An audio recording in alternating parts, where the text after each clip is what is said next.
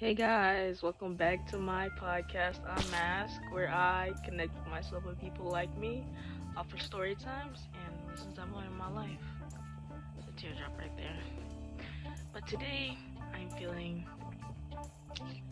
magical and whimsical. Now you might be asking, why do I feel magical and whimsical? What could have happened in my life that would make me, little old me, feel magical and whimsical? Well, I'm not gonna tell you. And that leaves our lesson today on why I'm not gonna tell you. Well, when you have really big plans and big things happen in your life, even if it's the smallest of the biggest things, you don't want to tell anybody at all. You might be thinking, why? Hold on. Why, Manuela? Why should I not tell people about my big achievements? I want to live in a world where I can just yell out that I did this, I got this car, I got this, I got this certificate. In a beautiful world, in a perfect world, that would be how it goes, but not in this world. Not in this world. See, kids, it's an evil world we live in. An evil, evil world we live in. And you might think like, come on.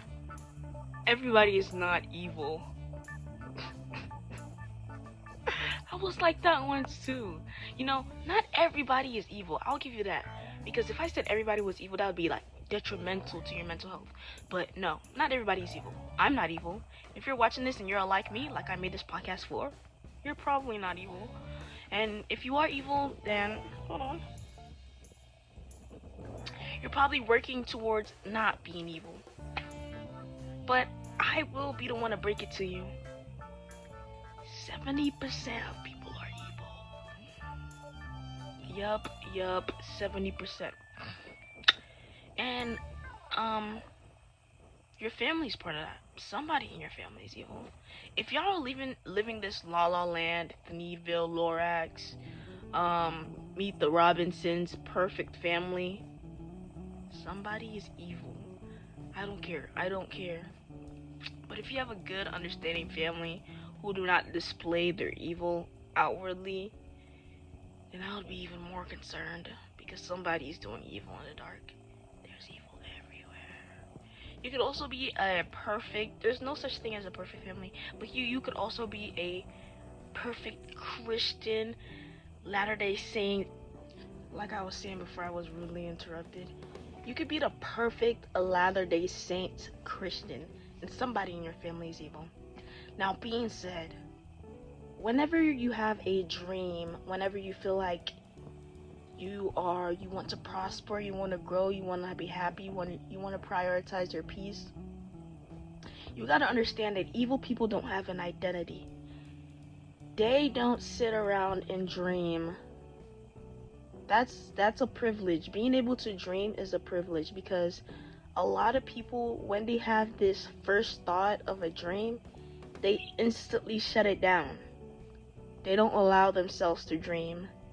They don't allow themselves to think bigger than where they are. They don't allow themselves to leave the perspective of how they live right now and see outside of it. They can't even think of or fathom that their environment cannot be who they are. They identify with their environment because they have no identity for themselves. Their identity doesn't come from within, it comes from outside. Everything that's happened, every trauma is now their identity. Every hiccup is now their identity. All the bad things that they didn't decide to learn from, or just seen it as an attack on their life, is now their identity. Being said, your identity comes from within. What you love, you are loved. So the things that you love, the things that you want to experience, the things that you create, that is who you are to you. Your personality, your quirkiness, your jokes, everything that you love, that makes you you, that is you. You see the difference? So people without that see people who aren't miserable, and you know what they say, misery loves company. So by that I mean, if they see that you are not miserable, they want to become your company. They want to spread that to you. So whenever you have a dream and you go around, I don't know if you've read Joseph in the Bible, but you go around telling everybody, oh, I want to do this, I want to do that, I'm going to be this, I just know I'm going to be this. This is how they are seeing it. 3, 2, 1. Oh my gosh. Oh my gosh.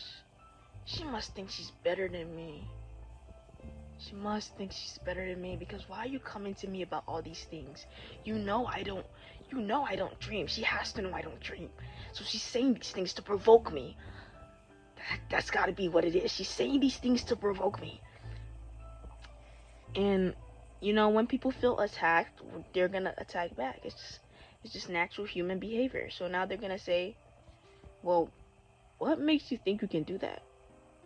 They're trying to figure these little things out about you, Why do you even think you can do that? In a backhanded way.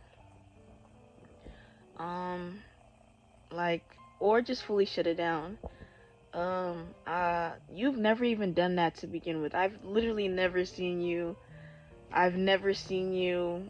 perform before. So why do you think you'll ever be able to be on Broadway? I've never seen you act. You're not an actor. I've never seen you act, so you probably won't make it on Broadway.